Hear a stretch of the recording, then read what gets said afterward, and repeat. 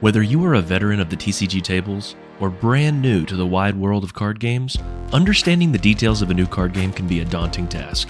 Lucky for you, Ready Set Draw is here to guide you. Welcome to Episode 1 of Lorcana Lessons.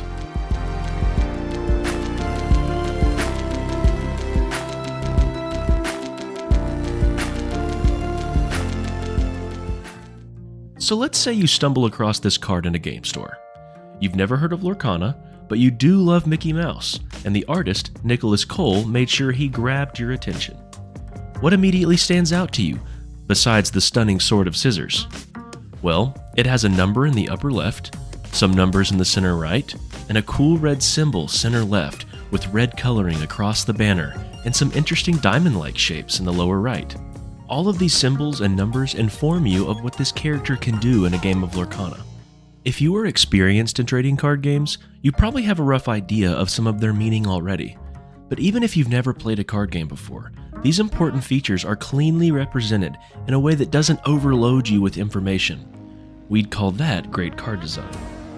Much like in games like Magic the Gathering, Hearthstone, Pokemon, and Yu-Gi-Oh!, the functions of a Lorcana card remain consistent across each card to help you immediately understand what you're looking at. There's the cost you pay to play the card at the top, like in Magic, the coloration and associated symbols of the card's type, like in Pokemon, and each character has stats, representing how they interact with other characters or cards, like Hearthstone or Yu-Gi-Oh! Like all of these card games though, Lorcana utilizes a text box that is in the same position for every card to add additional effects that card is capable of. Some characters have no abilities, some are noted by a keyword in bold, and some have multiple abilities. In this example, we can see that Mickey Mouse has an ability called Evasive. The designers even go the extra step to include a quick explanation of how Evasive benefits Mickey. The truly unique feature of a Lorcana card is the last feature we mentioned, the diamond-shaped symbols that represent lore.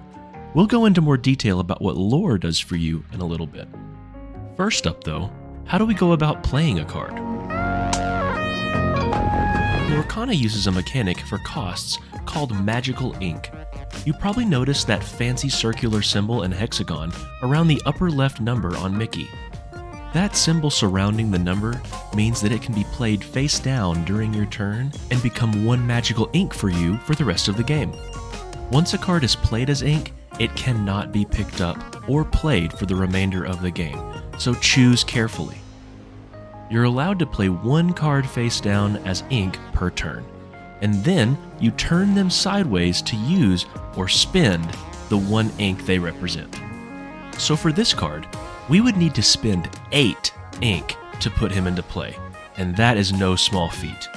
It's important to note that even though you spend your ink to play cards each turn, the beginning of each of your turns includes turning them back vertically so they can be used again. Okay, so we spent 8 ink and we have Mickey readied. What can he even do? Characters are one of 3 types of cards in Lorcana. The others will get highlighted in an upcoming episode. But for now, let's focus on that card we've spent 8 of our ink on. Mickey Mouse Brave Little Tailor is a character card. All characters have strength and willpower, as well as a certain number of lore symbols on the side. On the turn you play a character, your character cannot do anything quite yet. You'll have to wait one turn for the character's ink to dry. However, once they have been on your board for one turn, they now have 2 options. They can challenge or they can quest. Remember when we turned an ink card sideways to use it? Well, characters can be turned sideways to be used as well. We call that exerting a card. The first purpose of exerting a character is to challenge another character of your opponent's. The strength of a character tells you how much damage they will do to the opposing character, and their willpower tells you how much damage it will take to banish them. With 5 strength, Mickey will deal 5 damage to any character involved in a challenge with him. At the same time though, Mickey will take damage equal to the strength of the opposing character. So, if Mickey was involved in a challenge with Robin Hood, Mickey would take 4 damage, and Robin Hood would take 5. Since Robin Hood has taken damage equal to or higher than his own willpower, Robin Hood is banished to the discard pile. Mickey doesn't get away problem-free though, since that 4 damage will remain on him unless removed by other card effects. This means Mickey would only need 1 more damage from a future challenge or effect to banish him as well. Challenges are an important aspect of Lorcana because it's how you most frequently interact with your opponent and prevent them from freely reaching their goal of winning the game. So how do you win a game of Lorcana? Well, that's where the second reason to exert your character comes in. Remember those diamond-shaped lore symbols from earlier? Those represent the amount of lore you gain from questing with that particular character. The first player to reach 20 total lore over the course of the game wins. Mickey Mouse Brave Little Tailor offers us a whopping 4 lore for each quest, which is extremely strong. To quest with Mickey on your turn, all you need to do is exert him. It's that simple. But there's a catch. While this does get closer to the reward of a win, the act of questing opens you up to risk.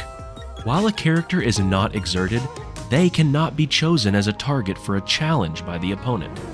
Exerted characters, however, are open for challenges. So as Scar would say, be prepared for your characters on quests to be the target of your opponent's challenges. This dynamic decision-making is what creates the beauty of Lorcana's game experience. You have to quest to win, but you also have to keep your characters safe from challenges to ensure that you can keep pushing to 20. Hopefully this Lorcana lesson gave you the knowledge to better understand Lorcana character cards as a whole. If you think we did a good job of explaining them, then feel free to share this video with someone who you think may need the lesson themselves. This series will develop over time into deeper topics to really help you become the best Lorcana Illumineer you can be. If you enjoyed this content and would like more, please consider subscribing and clicking the bell so that you'll be notified when we upload. We're looking forward to seeing you in episode 2, but in the meantime, this has been Jacob from Ready Set Draw. Class dismissed.